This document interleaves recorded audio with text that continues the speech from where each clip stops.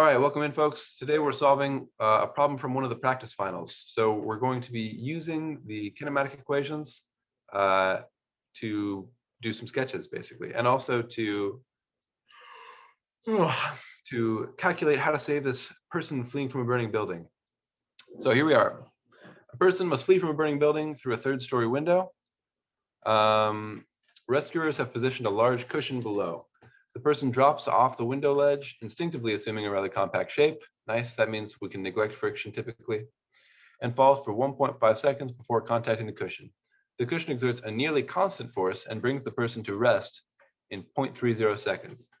Sketch 3 graphs for acceleration, velocity, and position versus time from t equals 0 to t equals 1.8 seconds. Attach numerical values to your velocity and acceleration graphs. Sounds good. Okay, so let's go ahead and I'll just draw in some axes. While I'm here, we got some questions. The final can replace the midterm, right? That's right. So the final, if your final grade is higher than the midterm grade, raw score, we'll replace it before the curve. Another question, how many questions on the final are going to be based on older material like fluid systems and circuits? So I won't say exactly, but the final is cumulative. So it's all fair game. T, X, there we go. Let's get our velocity and accelerations in there too. So I'll change the color.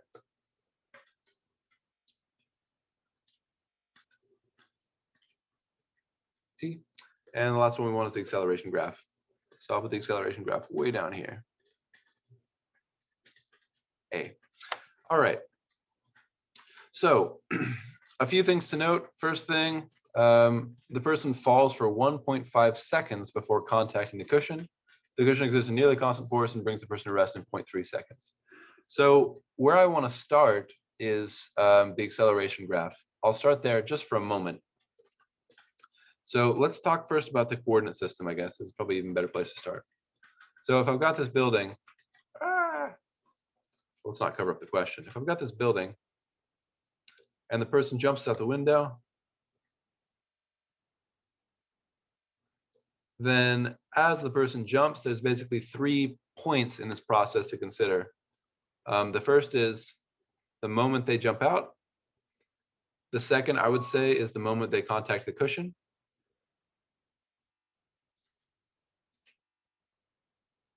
And the last is when they have come to rest. So when they're on the cushion and just kind of hanging out, not moving. So those are my 3 points that I'll want to be sure that I hit in each of my graphs. Okay, questions about that, like what's the significance of those points? Why did you do that? Things like that.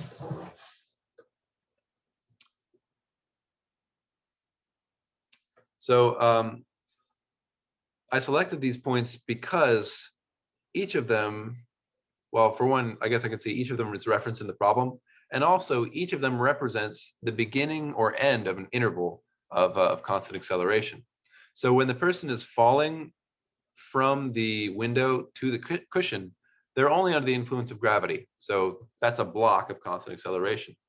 When they've landed on the cushion, they experience a constant force, like upward here. It tells us constant force from the cushion. And then when they've stopped, that's the end of that interval. So we're going to have basically 2 intervals of constant acceleration. And I'll go ahead and lock this down. Okay. Questions before I get started drawing? Oh, one more thing. I'm going to define the positive direction to be up and the negative direction to be down. Hopefully that's intuitive. So I'm just going to say that basically as height increases, that's where I'll say my position increases. If my height is decreasing as it is here, then my height will become negative. And I'll go ahead and set the 0 point to be, ooh, interesting. I'll just set the 0 point to be my ground. 0 point. Okay, that's my x equals 0 position. Will be on the ground. I could choose it to be anywhere. Remember 7a, but I'm going to choose it to be the ground. Adam? Yeah, go for it. So how did you know that there's only constant acceleration, like when he first lands on the cushion? Sure. So how do I know that you're saying, how do I know that it's constant acceleration, or why do I use this as a block?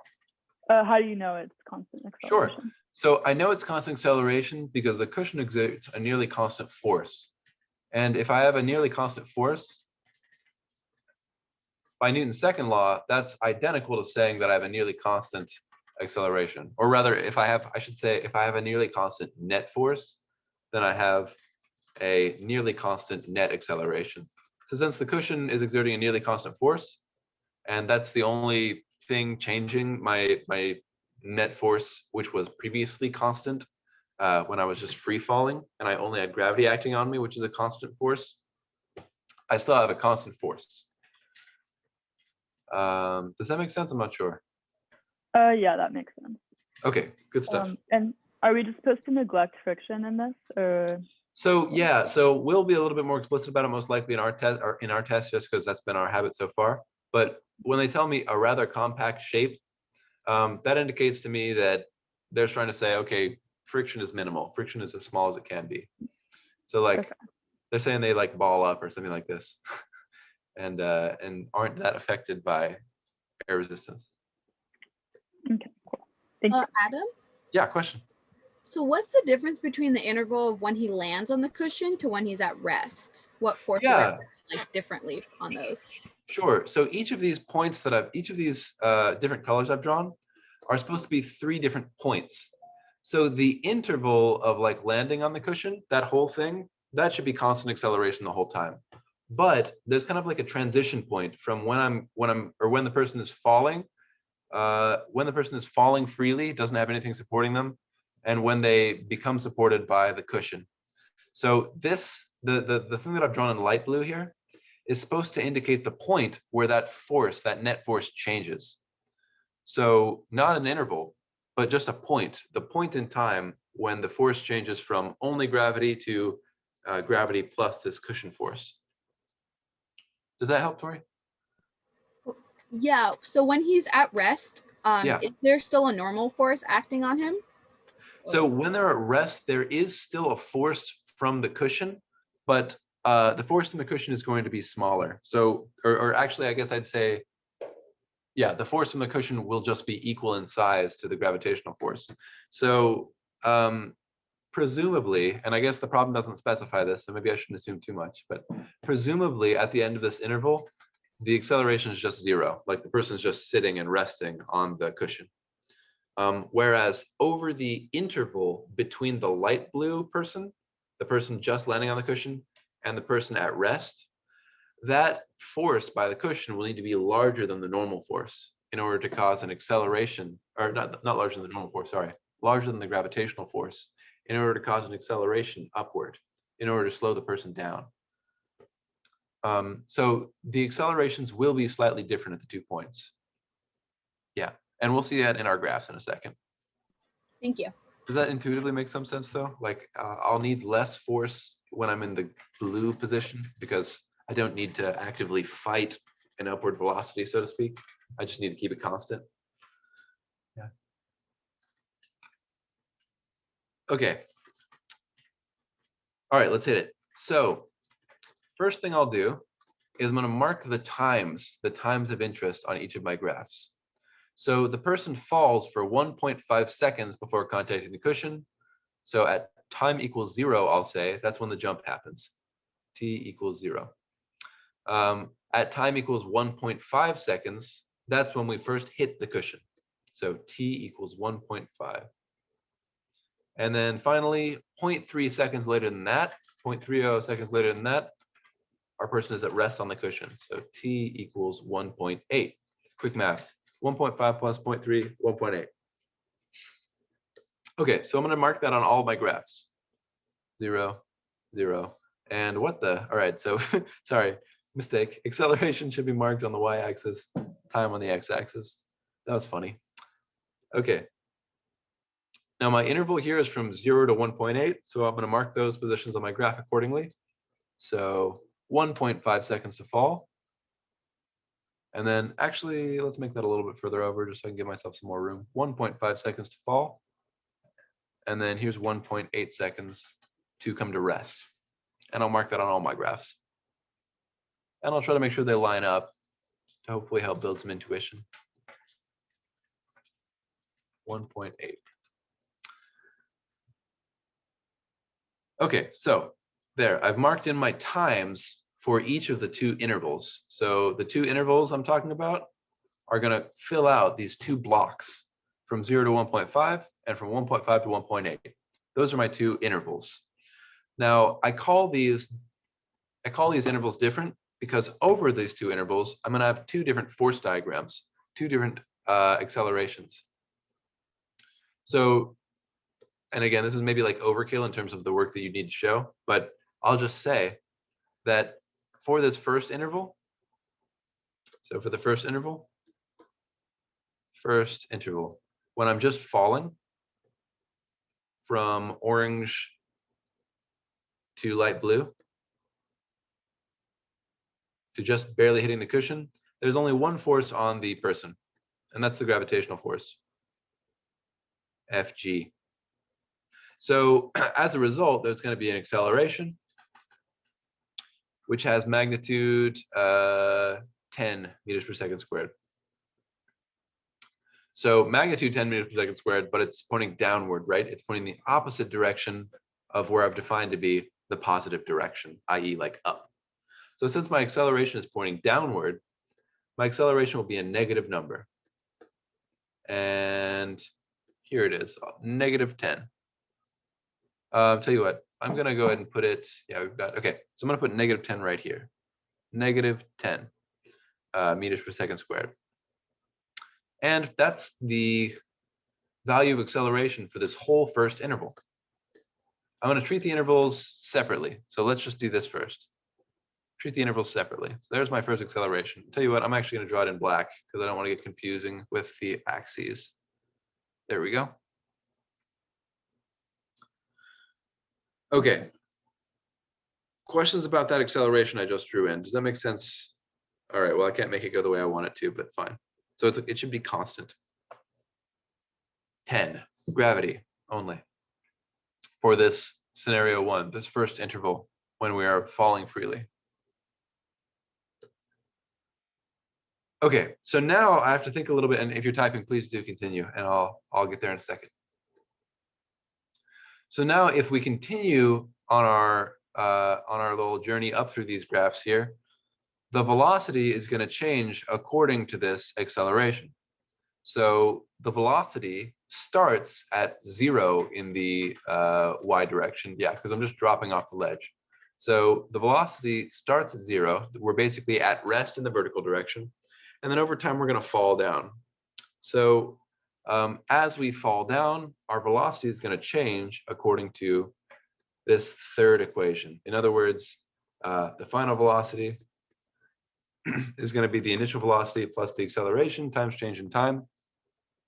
This just specifies how I can go from initial velocity to some final velocity.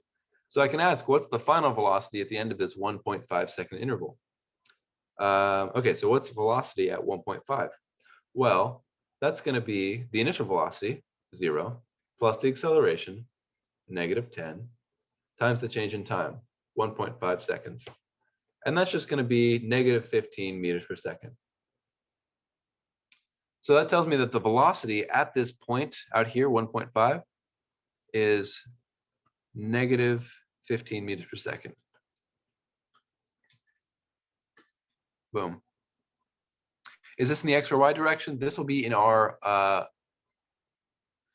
so this is a tricky question actually. So I have marked the position variable as X, but my coordinate axes are vertical. So maybe just to avoid confusion, what I'll do is I'll change it to Y. That's fine. The point is just that one of them is the coordinate axis, and the others refer to like changes in the velocity and changes in the position. So my motion is in the vertical direction, which I'm now calling Y. But yeah, so I'll use the coordinate Y to avoid confusion. But I could just easily say X and then say, oh, but the vertical coordinate is the X direction. Like that's legal too. But it is in the vertical direction. So I'll go ahead and call it Y. Thanks, Sophia. I can see how that could be confusing for sure. Does that help? Does it make sense? Or is it still kind of iffy?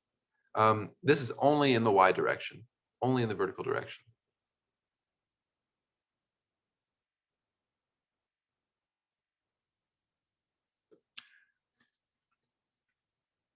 Okay, but so there's my velocity, boom, for the first 1.5 second interval. So this is again, as I'm falling from my initial point in the window to the cushion when I first contact the cushion. So there's my velocity. And the last thing I'll draw in is my position as a function of time from the top of the, what do you call this? From the top of the, yeah, from the third story of the building to the ground over this 1.5 second interval. So the main thing to note is that I'm going to drop, right? It tells me that I need not attach numerical values to my position graph. I'm going to go do it anyway, just as a demonstration of the equations. So I have an acceleration and I have an initial position, or no, I don't even have an initial position. I have an acceleration and a final height. So what I have is acceleration and I have y final, and I have that velocity final is 0. V initial, sorry, is 0. I also have V final as a result of my more recent calculation is -15. So the variables that I have are these 4: acceleration, y final, v initial, v final. So what I want to do to find the equation for x final is, first of all, I need to find an equation that contains x final. So I can't use the third one. This one's no good. There's no x final involved or x initial involved. There's no initial position or final position mentioned in this third problem. Of the remaining ones, question? You mean y final?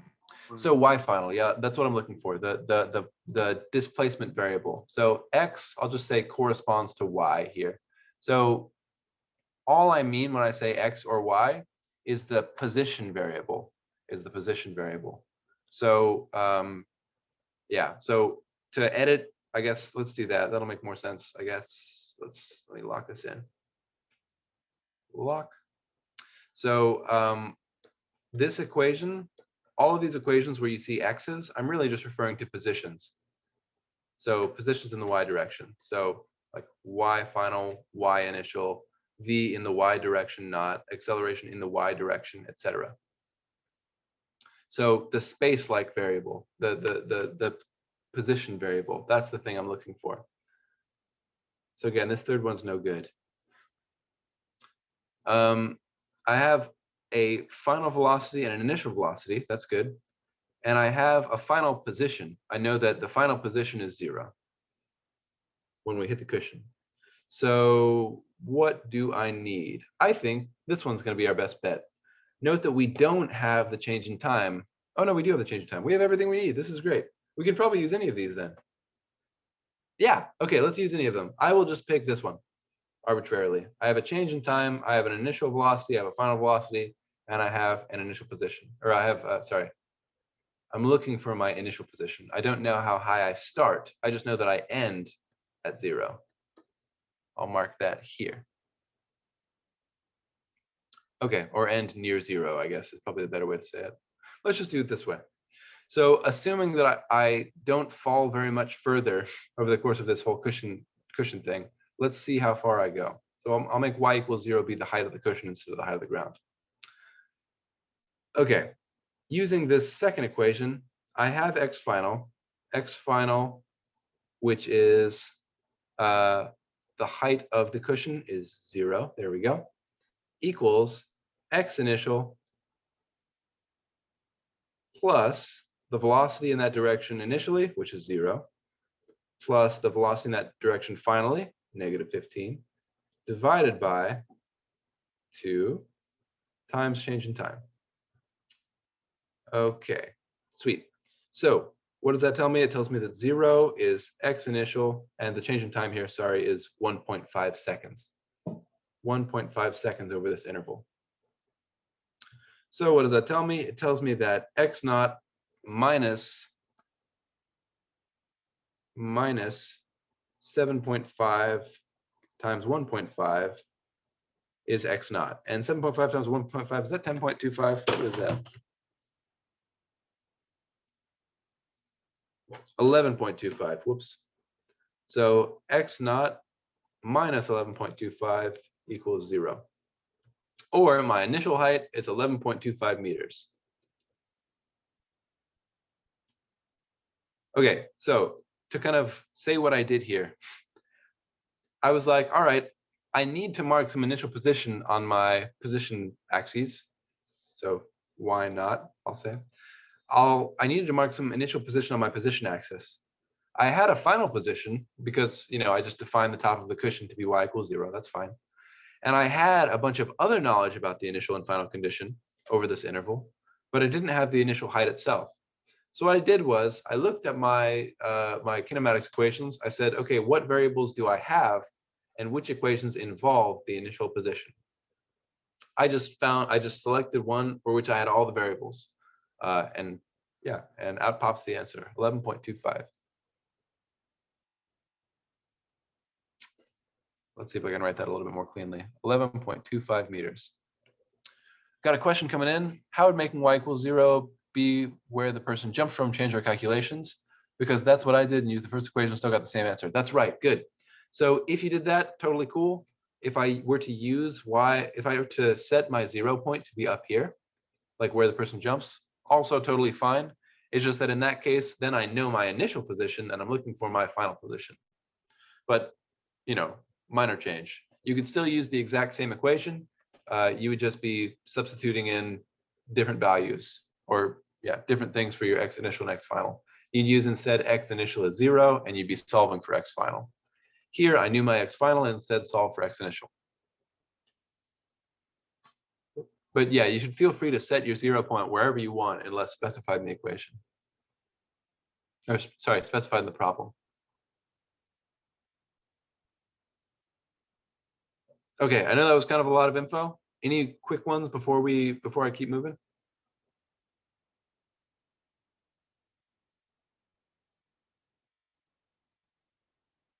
So the last thing I'm trying to do right now in this first interval is take my velocity curve and translate it to a position curve.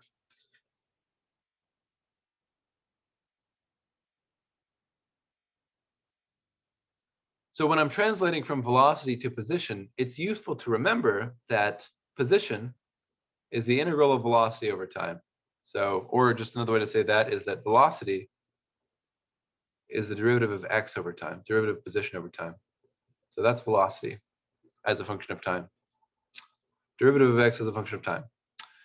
So that means that on a v versus t graph, a line will become a parabola. So if you remember, like the integral of x dx is x squared over 2. So the point, I don't want to grill you on calculus, but the point is that if I have a base function, which is a line, linear, then when I integrate it, it becomes quadratic. It becomes like a parabola. So I need to connect these 2 points, but the shape that I'll use is not a straight line, it's a parabola. Because velocity is constantly changing. So the slope is constantly changing too. And this should be a parabola. I don't know if I'm drawing it well as one. There we go. So it starts out near 0, the slope's near 0, and then over time it becomes more steep in the negative direction according to the velocity.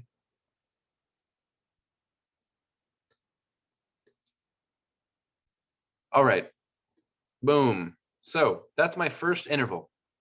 My second interval is going to be just like the first interval, but it's going to be fast. So first things to note, let's look.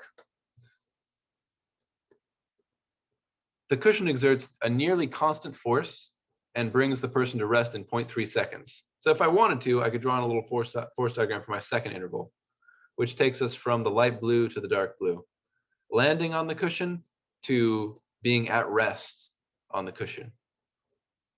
So in this case, I've still got that gravitational force acting on me, but now I've got this cushion force, which is larger. Force from the cushion, which is larger. It's going to slow me down. So the cushion force dominates the gravitational force. Okay. Oh, okay. Well, I guess B is going to be about that, but I'll do that in a second. So we'll address that one a little bit more prettily next. So the acceleration over this interval is going to be some positive number. And what I think I'll do to start is actually start with this velocity diagram because it's the one that follows most cleanly from the problem itself. So the cushion exerts a constant force and brings the person to rest in 0.3 seconds, which means my velocity goes from whatever value it's at to 0. So that's the easiest one of the 3 graphs to fill in. Boom, there we go. Okay, to find the acceleration over this interval, I can use my third equation, if I like. Vx final equals Vx initial plus Ax delta t, which is another way of saying that the acceleration is just the average, or it's just the change in velocity over the time interval. So the acceleration is just the change in velocity over the time interval. I can rewrite this equation as Ax equals Vx final minus Vx initial over delta t, which is the same as delta V in the x direction over delta t. So that's all I'll do. I'll just use this equation to determine the acceleration over this interval. All right, what's Vx final? Vx final is 0. So I come to rest. So Vx final is 0. Or I'll say Vy final, just to be more consistent with my notation. Vy initial is -15. And the delta t for this interval is 0.3 seconds. So final minus initial is 0 minus -15. That's 15 divided by 0.3 for the time. Gives me an acceleration of 50. Acceleration is 50 over this time interval. Acceleration equals 50 meters per second squared over this second time interval. And I'll go ahead and sketch that into my graph. Here's 50. Here's that second interval. Boom. Okay, so now I've got my acceleration and velocity graphs. We'll draw that in black just to be consistent. I've got my acceleration and velocity graphs. The last thing to do is talk about the, the position graph. So over the course of this movement, from moving very quickly down to being stopped, I'm going to need another parabola to describe that shape. Real quick before I get there, can I explain why velocity went to 0? Yes. So the reason velocity went to 0 is because the cushion brings the person to rest. So to rest means 0 velocity. So over that 0.3 second interval, when the person is interacting with the cushion, velocity must go to 0. Good question.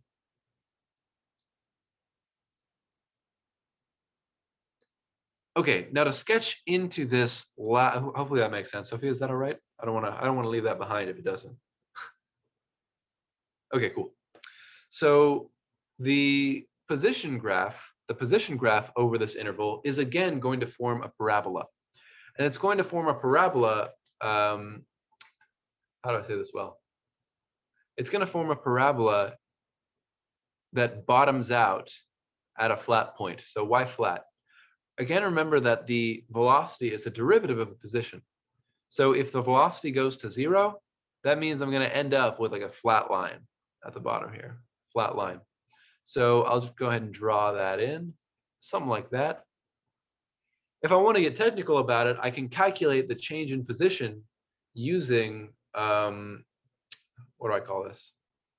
Using, probably this guy would do just as well. I can still use that third equation if I want, because I know the initial and final velocities. So let's go ahead and do that. I'll go ahead and plug in using the initial position as 0. And I will plug in the initial velocity as -15 and the final velocity as 0 over the second interval with a change in time of 0.3 seconds. That'll tell me how far I end up falling into the cushion. So -15 over 2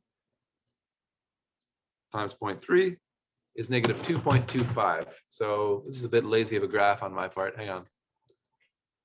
So -2.25 down here. Boom. And it's going to again form this nice little parabola, which has 0 slope when I get to the bottom. So why 0 slope? Is because the velocity is 0. Velocity is 0 there. So 0 slope. Another question, which is how is the position negative now? Position is negative because I define y equals 0 to be the top of my cushion. As I fall into the cushion, my position just becomes negative. So I drop under that initial like surface level, so to speak, of the cushion. In terms of like the math, why position is negative is because velocity is still negative over that interval. And so negative velocity means I'm going to continue to go in the negative direction for my x. So the slope was negative, it's going to stay negative for a minute. And because the slope was negative when we hit, when we hit 0 on our y-axis, it's going to keep going down. It's going to keep submerging. Was there an unmute I saw? Questions?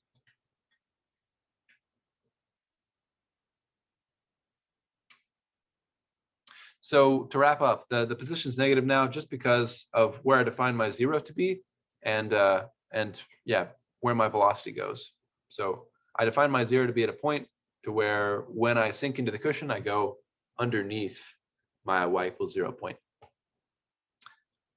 I got another question, which is how do I know whether the position graph is concave up or concave down? That's a good one. So the position graph will be concave down when acceleration is negative.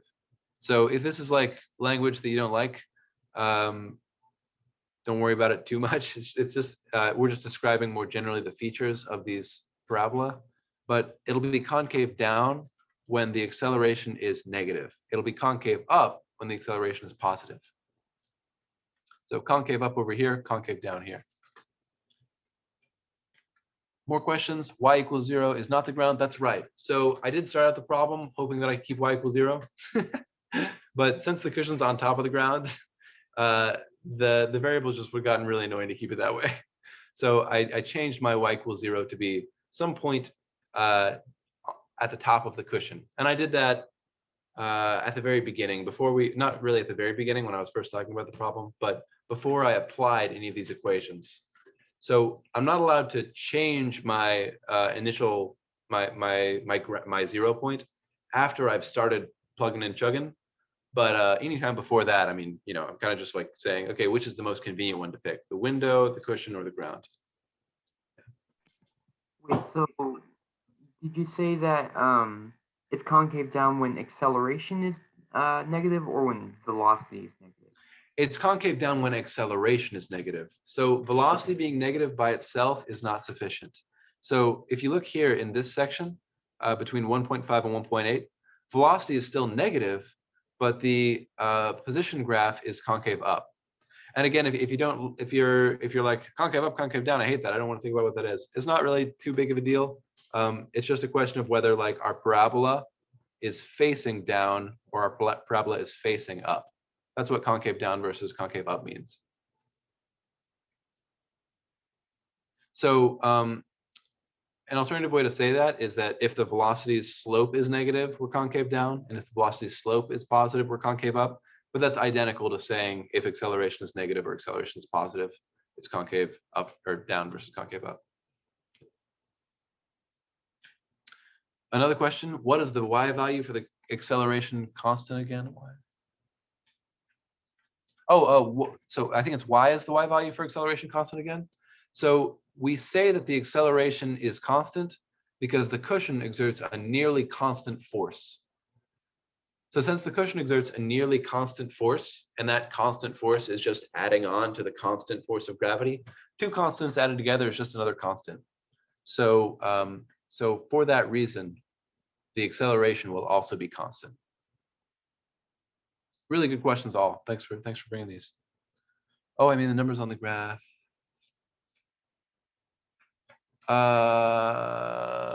Y values. Oh, what is the y value? Oh, sorry about that. Okay, yeah, I edited it. So it's 50 here. So the acceleration is 50 on the y-axis for the second interval, and it's -10 for the first interval. That's just gravity. Yeah, sure thing.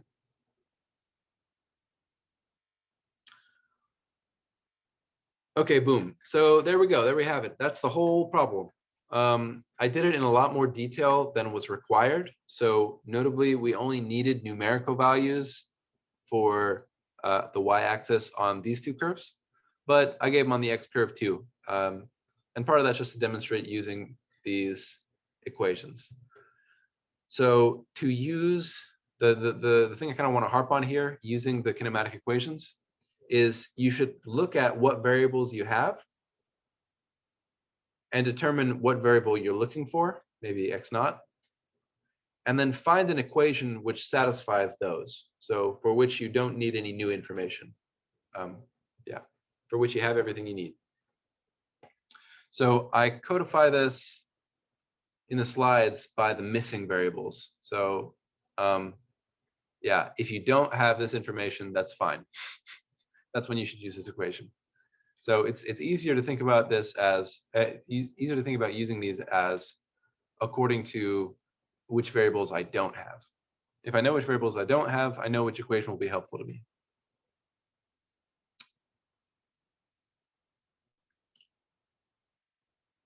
Okay, to bring this one home, let's look at B real quick. I'm supposed to draw in two properly scaled and labeled force diagrams for the person. Once while falling before contact, and the other while the cushion is bringing the person to rest. So one for 0, oops, that's not how I draw regular things. There we go.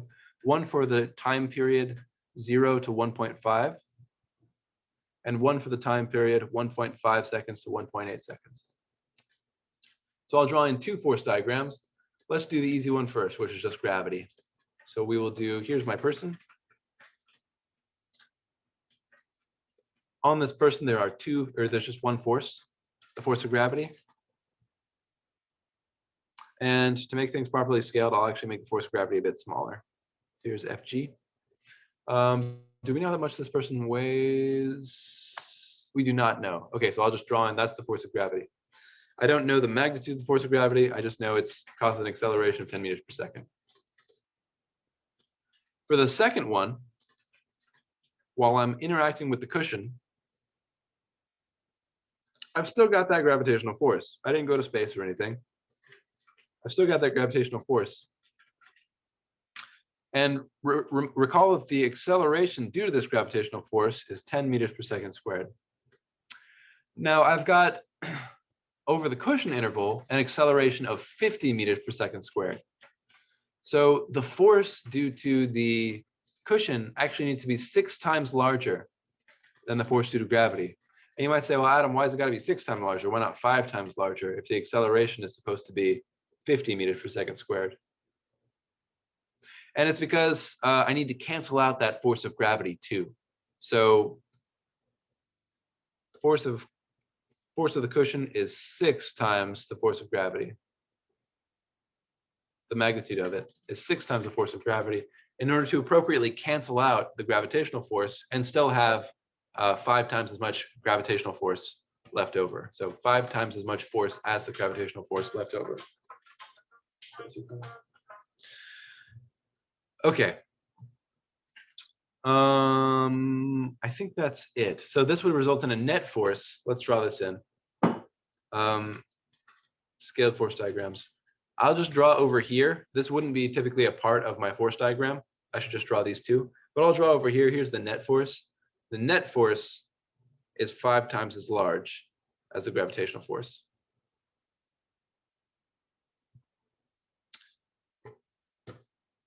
Okay. So I had a question. I don't know if this is before or after, but so the question again is why 6?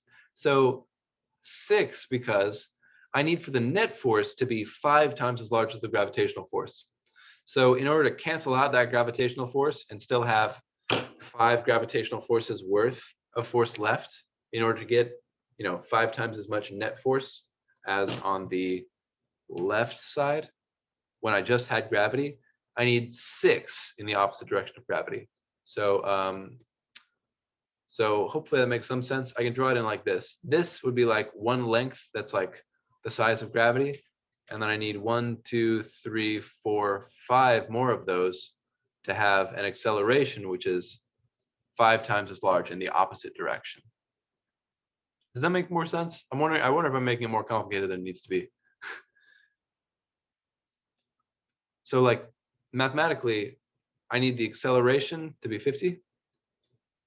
And that means that that means that F net needs to be 5 times gravity times whatever the mass is. So mass times acceleration, 5g times m, or I'll say mass times 5g to keep it in terms of ma, 5 times g.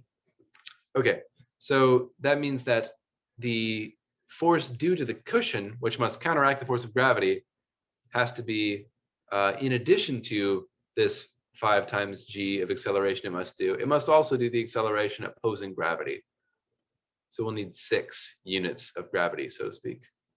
1 to cancel out the existing gravity, and 1 to make that net force 5 times larger than gravity alone, the effects of gravity alone.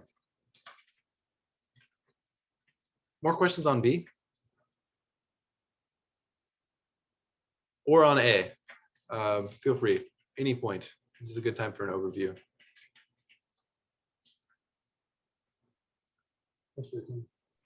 Wait, so F net by itself is 5 times larger than the force of gravity? That's right. F net in the second problem should be 5 times larger than the force of gravity. So the reason I say that 5 is because, and I'll go ahead and write that in here. The magnitude of it is 5 times the force of gravity. The reason I say that is because the net acceleration is 5 times what it was when we had only gravity. So the net acceleration is 5 times what it was when we had only gravity. So the net force in the second case must also be 5 times what it was originally. 5 times what it was on the left side, which is just that force of gravity alone.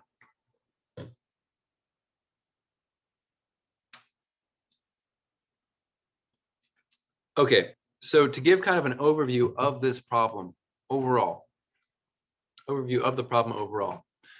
was asked to sketch some graphs using numerical values. First things I needed to consider were the accelerations, first thing I needed to consider really was what my intervals are, where I have constant accelerations. What are the intervals? Where do I have constant acceleration? Here, my intervals were between jumping out of the window and first contacting the cushion, and my second interval is while contacting the cushion and being slowed down. So those are my 2 regions of constant acceleration. That's between 0 and 1.5 and between 1.5 and 1.8. So that's the first thing I did, was determine my intervals. After that, what I did was I said, okay, over those intervals, what things do I know? What things can I already fill in on my graph? I know my final position, say, I know the initial velocity, and I know the acceleration for the first interval, because that's just gravity. So I marked those 3 points, 1, 2, and 3. So I marked those things in. From there, I can then apply my equations, my kinematic equations, to determine the end values or initial values over that interval and draw in the appropriate lines. It was important for me to remember along the way that when I have constant acceleration, velocity will form a straight line, or I guess an angled line. And when I have an angled velocity, my position will form a parabola. And this is kind of just a rule from calculus, so to speak. Or if you like, you can think about it as being a result of these equations. I don't mind. Yeah, so because the integral of a straight line is a parabola. Whatever. More of that calculus stuff in the background. I did this process of determining the points that I know and the points that I need twice. I did it once for each interval. And then, yeah, I just drew in the appropriate lines. In the second section, what I did was I took my knowledge about the accelerations and I used those to kind of work back what the relative sizes of my forces must be. So the gravitational force generates this much acceleration, which means that the cushion force must be 6 times as large, both to oppose that gravity and to produce a net acceleration 5 times larger than the original. So really, just to kind of put a bow on this, this should be -10 in line with this up here. and this one is positive. There we go. All right. I think that's all I really wanted to say about this problem. Happy to take more questions on it. Otherwise, I'll go ahead and end the recording and stick around for any wrap-up questions. General question. Good. So I'll include this in an announcement later. But FNT 17 is you don't have to worry about it. No. So FNT 17 will not be due on Gradescope. How did we know that Go ahead, Jordan. How did we know that the 50 was the net acceleration? Sure. So the way that we knew 50 was the net acceleration actually came from up here in part 1, part A. So the way that I determined that 50 was the net acceleration was by taking this second interval, looking at the initial and final velocities over that interval, and then applying this equation. So this definition of what it means for there to be an acceleration, a constant acceleration. In other words, that the acceleration is just the change in velocity divided by the change in time. That's equivalent to this third equation here. So I could calculate the acceleration directly, knowing the final velocity from the first part and the final velocity from the second part. Boom. Does that help? I think so. Thank you for being our professor. Yeah, of course. Yeah, sure thing. It's the job. So to kind of maybe put a little bit more nuance on this, the acceleration can also just be calculated as the slope of this line. Yeah, but that's how I calculated it.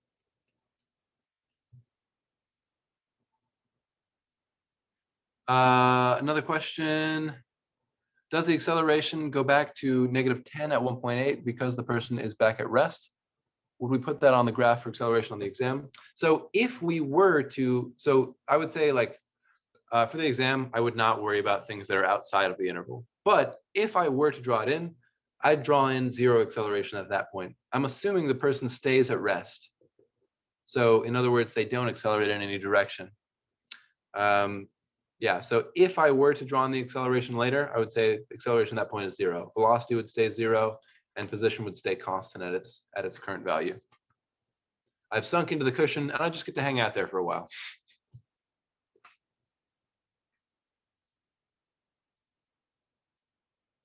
Yeah, sure thing. Okay, everybody, I'm going to go ahead and end the cloud recording, and what I'll do is I'll stick around for a few more minutes to take any more questions. Thanks, folks.